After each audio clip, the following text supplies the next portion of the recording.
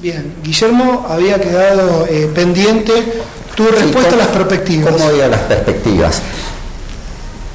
En primer lugar, creo que hay contratendencias muy fuertes. El crecimiento, tal como han dicho los compañeros, el crecimiento de las deudas, el crecimiento de los déficits, son cosas que atan a los gobiernos para lanzar políticas de estímulo. Otra cosa que también me parece riesgoso para la reactivación es la posibilidad de nuevos rebrotes especulativos.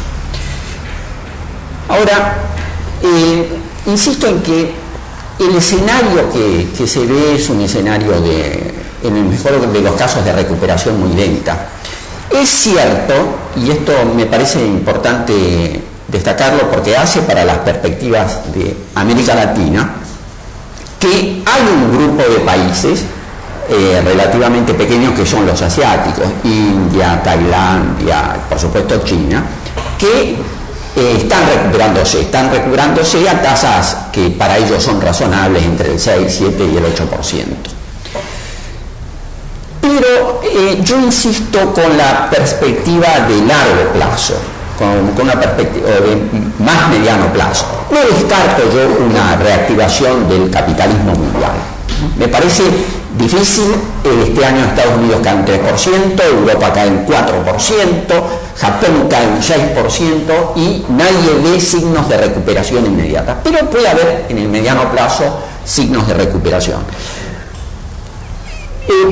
Pero me parece que en las fases, en la próxima fase, hay un elemento que no puede ser muy activo, un elemento dinamizador de la economía.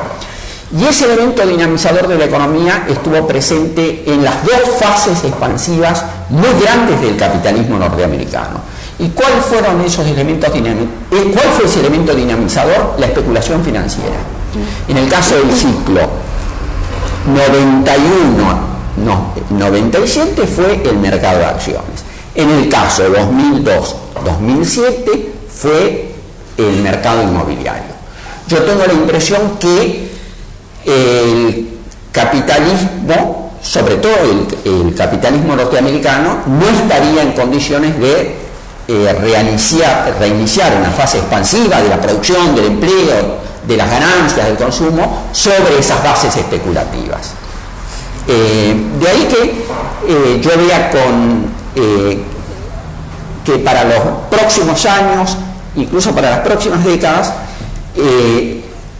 va a haber crecimientos acotados, como hubo crecimientos en los 90, y además la permanencia de créditos y de capitales ficticios no van a hacer descartar la existencia de nuevas crisis, quizás no tan intensas como esta, porque esta es una crisis muy grande, pero me parece que la dificultad de los países capitalistas, incluso del capitalismo más vigoroso, que es el norteamericano, es recuperar ganancias y recuperar el sendero de inversiones a un ritmo importante. Bien, bueno, acá hay dos preguntas. No sé si alguno quiere agregar algo, pero... Sí, yo quería agregar un par de cosas, si puede ser. Sí. Respecto de China, que me quedó sin poder decirlo en la primera intervención, y hubo un par de, creo que Guillermo se refirió al tema de China, quería comentar que ayer salió una nota en El País muy interesante, donde se plantea que el gobierno chino hizo un llamado, le ordenó, decía El País, es lógico dentro de cómo funciona el sistema chino, a los bancos tener cuidado de a dónde van los fondos prestados, ¿no? Porque hay una tendencia, dice el propio gobierno chino, dice que hay una tendencia impresionante a que esos fondos prestados vayan a la especulación propia, a la especulación financiera y a la especulación inmobiliaria, y no a la economía real. O sea, en la propia China, ¿no? Donde el índice de Shanghái creció en todo el periodo peor de la crisis un 150%, que es una barbaridad. Y entonces dice que el propio gobierno chino teme que China se convierta, o sea, que la bolsa china se convierta en una nueva fuente de una nueva burbuja, de un nuevo estallido financiero, ¿no? Me parecía importante hacer ese comentario. Uno de los elementos que Guillermo lo ha planteado, y también lo han planteado en las intervenciones, es el tema del capital ficticio, los activos tóxicos y demás. Bueno, acá hay una de las preguntas que nos hacen, que hicieron algunos de los compañeros que están acá como parte del público, que dice que hay algunos economistas que han cuestionado los test que se hicieron sobre los bancos y que resultaron en uno de los elementos para pensar en esto que, como arrancamos, ¿no?, en estos brotes verdes, como que los activos tóxicos ya estaban de alguna manera eliminados o demás. ¿Qué piensan? O sea, si alguno quiere contestar, si se puede afirmar que justamente fue eliminado el capital activo, el capital tóxico. Por ahí algunas puntas han tirado de que no sería tan así, o que sí, pero que tampoco se impediría en última instancia una profundización de la crisis. ¿Cómo lo ven? Mira, eso se verifica en el nivel de desvalorización del capital. No es solamente una opinión de uno u otro de cuál es el estado real de los bancos. Después se ve en el mercado.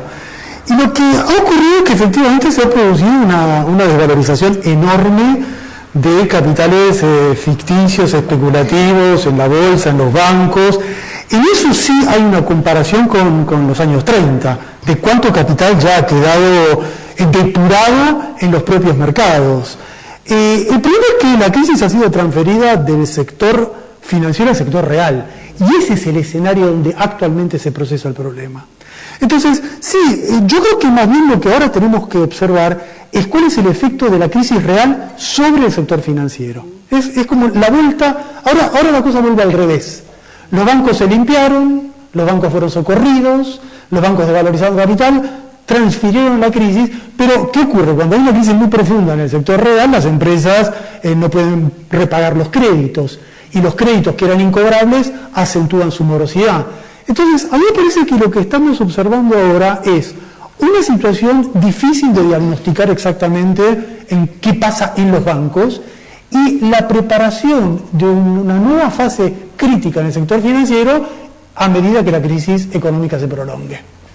¿Alguno? Si yo ¿querés hablar vos? Sí, con la cuestión de los capitales ficticios, fíjense que esta crisis fue preanunciada con mucha anticipación, y la crisis siempre,